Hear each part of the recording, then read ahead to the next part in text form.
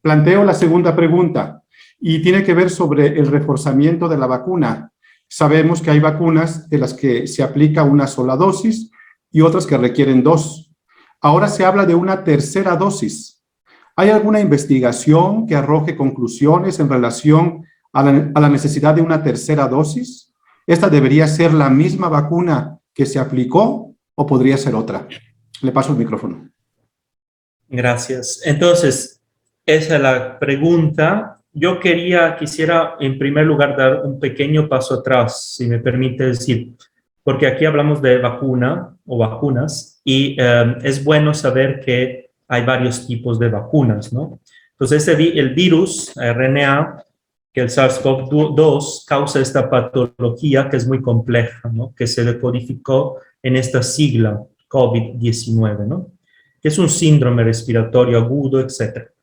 Entonces, las vacunas hoy en día son estrategias, porque realmente el verdadero como antídoto, la verdadera medicina para la vacuna es y queda siempre nuestro sistema inmunitario, ¿no? Nuestro sistema inmunológico, nuestra estructura inmunológica que está por todas partes de nuestra corporeidad, es realmente el antídoto.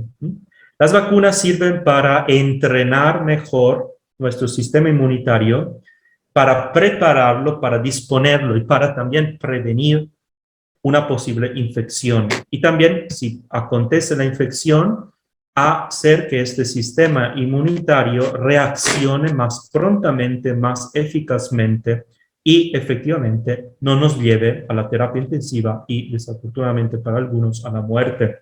Entonces, podríamos decir así que las vacunas son medios, instrumentos que gracias al desarrollo contemporáneo de la biología molecular van entrenando mi propio sistema inmunitario a contestar, responder, a entrenarse para reconocer, y por eso siempre estas vacunas van a hacer que nuestro sistema inmunitario desarrolle anticuerpos es decir, contra el virus. Y en este caso van a desarrollar anticuerpos contra una parte del virus que es las famosas proteínas Spike, que es una estructura que envuelve el virus, ¿no? Entonces los anticuerpos son como unas estructuras, ¿no? Que van a tapar, a rellenar, a envolver los virus y después hacerlo reconocer por nuestro sistema inmunitario que se lo comen, digamos. Eso muy sencillamente es como en breve cómo actúan, ¿no? Y hay varios tipos, es decir, cuando ya se dieron cuenta que este virus tenía unas características de ser bastante virulento, es decir, que tenía capacidad de llegar, como llegó a ser una pandemia, entonces las compañías biotecnológicas empezaron a investigar primero cuál podían ser cómo desarrollar estas posibles vacunas. Y efectivamente hoy en día tenemos muchos tipos, ¿no? Y las vacunas pueden ser componentes del virus mismo, aunque las más famosas son las partículas, del ARN mensajeros, como son estas vacunas que desarrolla, por ejemplo, AstraZeneca, que contiene el material genético para entrenar a nuestro sistema inmunitario a desarrollar anticuerpos contra la proteína Spike.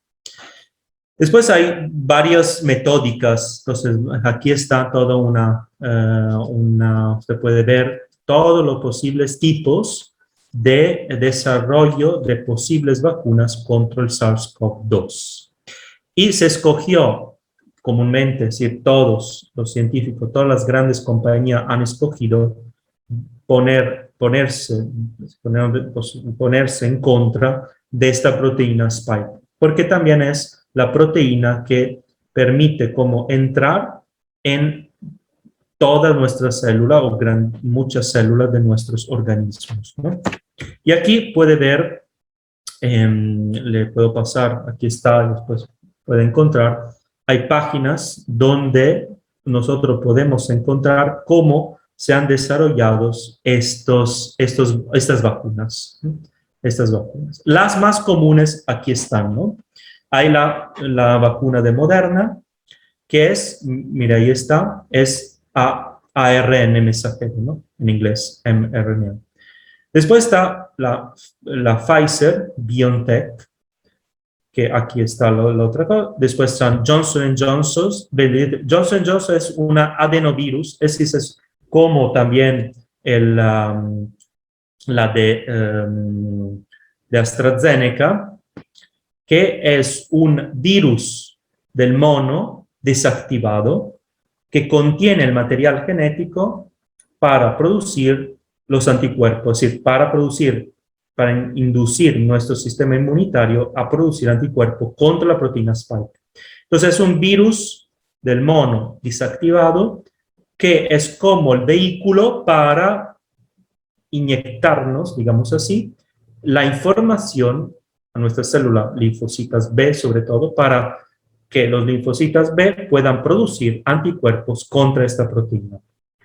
Yo personalmente recibí, porque los profesores en Italia fuimos los primeros conejitos de India. Entonces ya en marzo nos vacunaron con la única que en Italia en marzo 2021 estaba posible, que era AstraZeneca. Entonces yo recibí la primera dosis en marzo y la segunda en mayo, al final de mayo. Y recibí las dos iguales, AstraZeneca.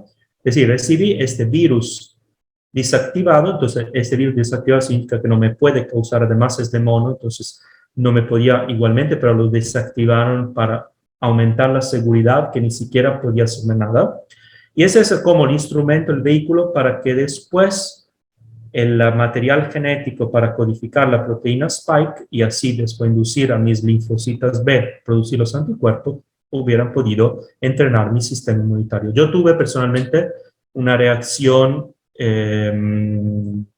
tuve las primeras horas muy bien, después de 6 horas empezó a subirme la fiebre, no temé nada, porque yo sabía que efectivamente era mejor hacer desarrollar, digamos, mi respuesta inmunitaria para que mi sistema inmunitario produjera anticuerpos y se entrenara con esta parte del virus para codificar anticuerpos contra la proteína Spike.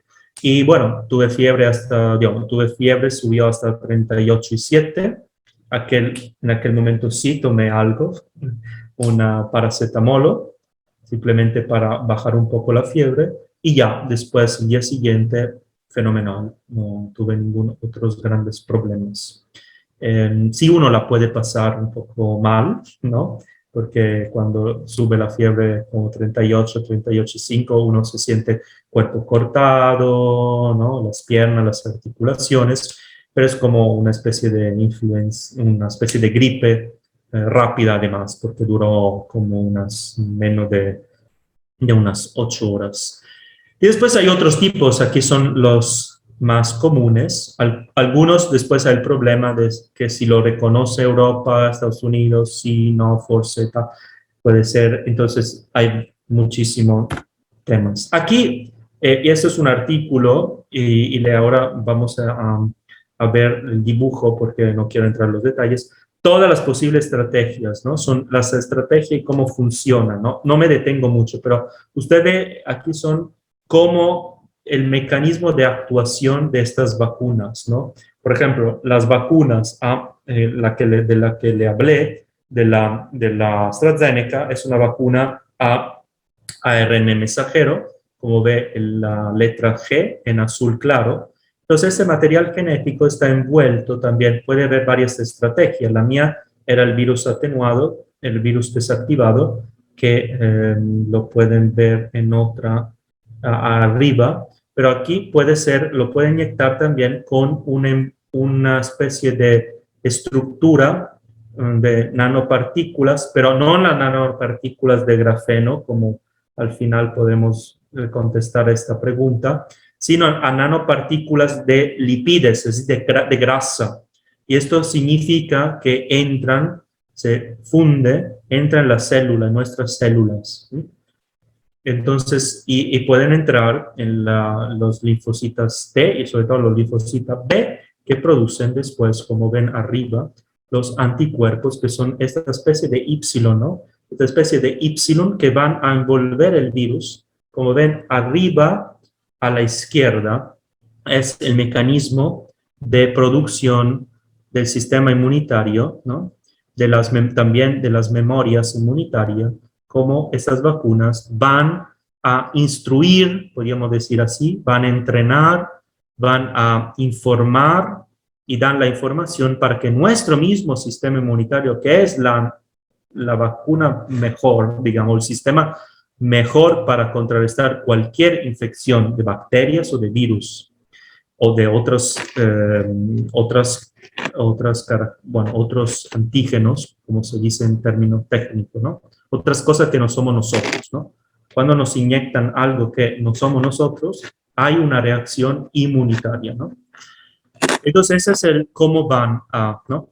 Ahí en la letra E está Viral Vector Vaccine. Entonces, ese es el virus, puede ser ADN, es decir, un virus desactivado que contiene el material genético para producir en este caso, la proteína, los anticuerpos antiproteína Spike. Entonces, hay muchas maneras. Esto es como el mecanismo molecular y celular de las instrucciones. Las vacunas son mecanismos para entrenar nuestro sistema inmunitario. Entonces, pueden ver aquí las posibilidades, ¿no? Puede ser, por ejemplo, el patógeno, es el mismo virus, no se usa, ¿ok? Pero puede ser el mismo virus SARS-CoV-2 desactivado y después inyectado en nuestro mismo sistema. Eso hubiera podido ser una posibilidad, ¿no? Hubiera sido la primera letra, la A. La B. La B es lo mismo, inactivado y después de inoculado en el sistema nuestro. B, C puede ser partes, es decir, yo podía haber inyectado partes de la proteína que quiero que el sistema inmunitario aprenda a desarrollar anticuerpos contra, ¿no? Y después están los que están desarrollados el F, que es la vacuna ADN, y lo mismo, tiene un mecanismo parecido, y la de ARN. Entonces, esas son un poco y aquí en esta misma página ustedes después pueden ver, picar a la vacuna que quiere, ver todos los trials clínicos, todo el desarrollo, en este caso Oxford AstraZeneca, que esta es la sigla de esta vacuna, y entonces puede ver todas las fases clínicas, fase 1, 2 y 3. Hay muchos temas también aquí, ¿no? Porque se decía al inicio, no, ¿cómo es posible que desarrollamos rápidamente cuando efectivamente por un fármaco se desarrolló más bien en 10 años, desde cuando yo identifico un posible candidato fármaco? Yo necesito de los 10 años porque tengo que hacer todas esas fases.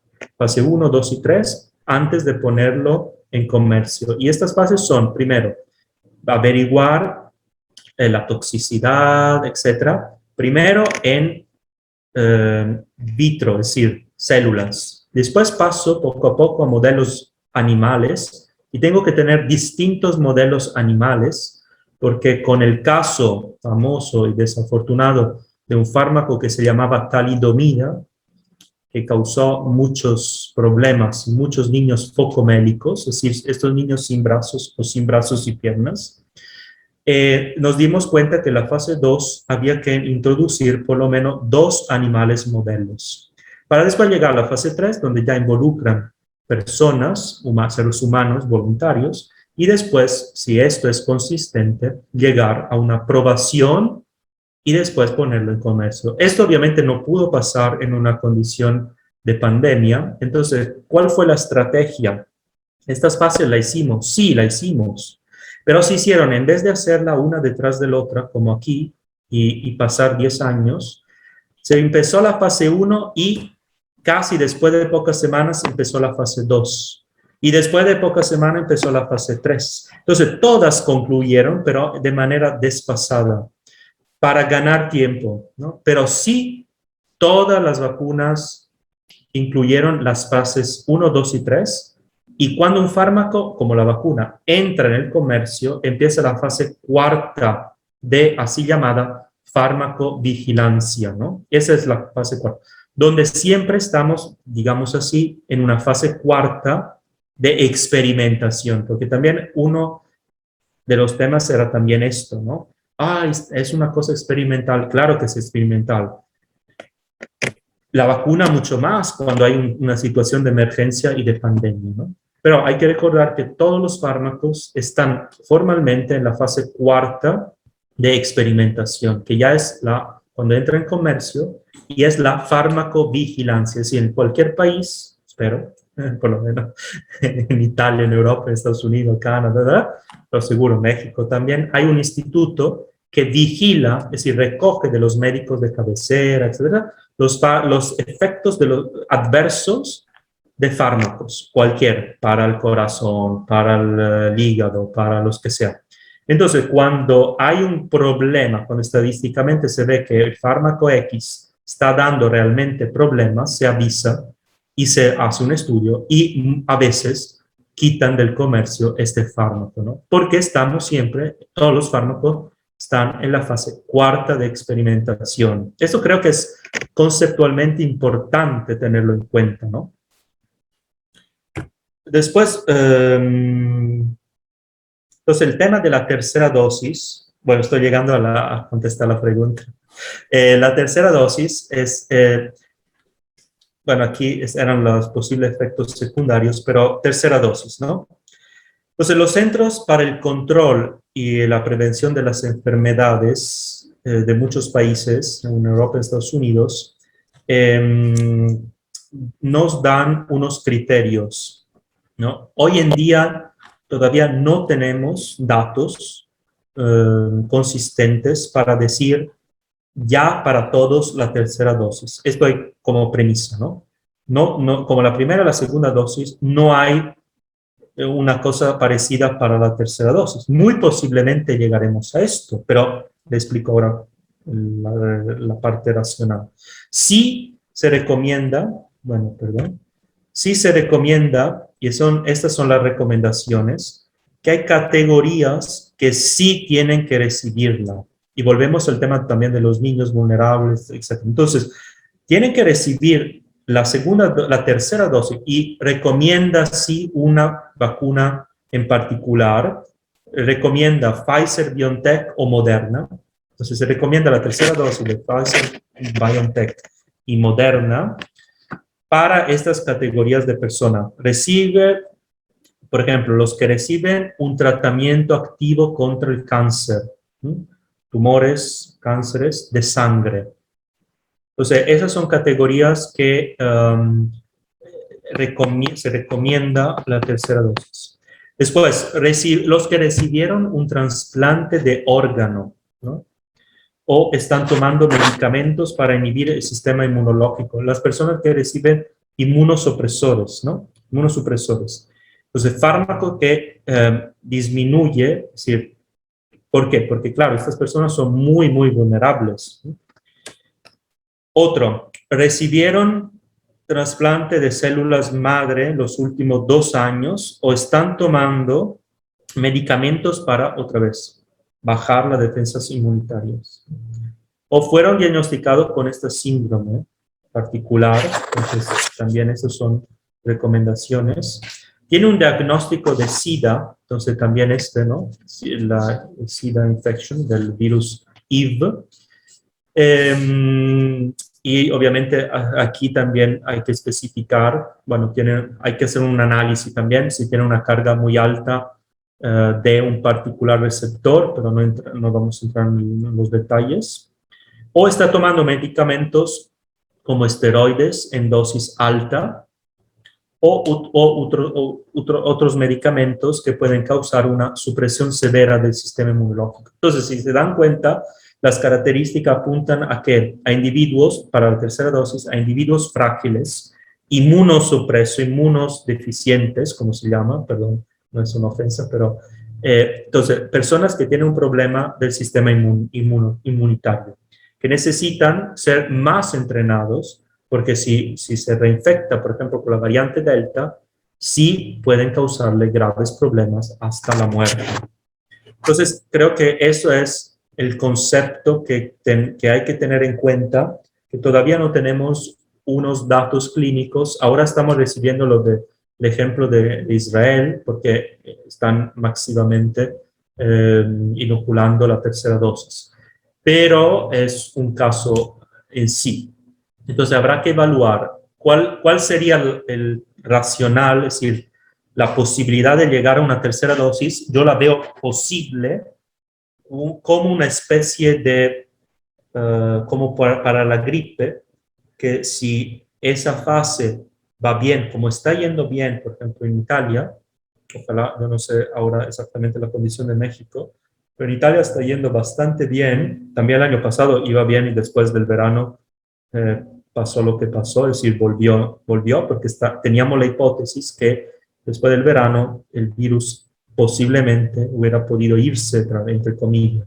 No fue así y volvió. Y también el verano hubo mucho movimiento, etcétera, entonces se favoreció la contaminación y la infección.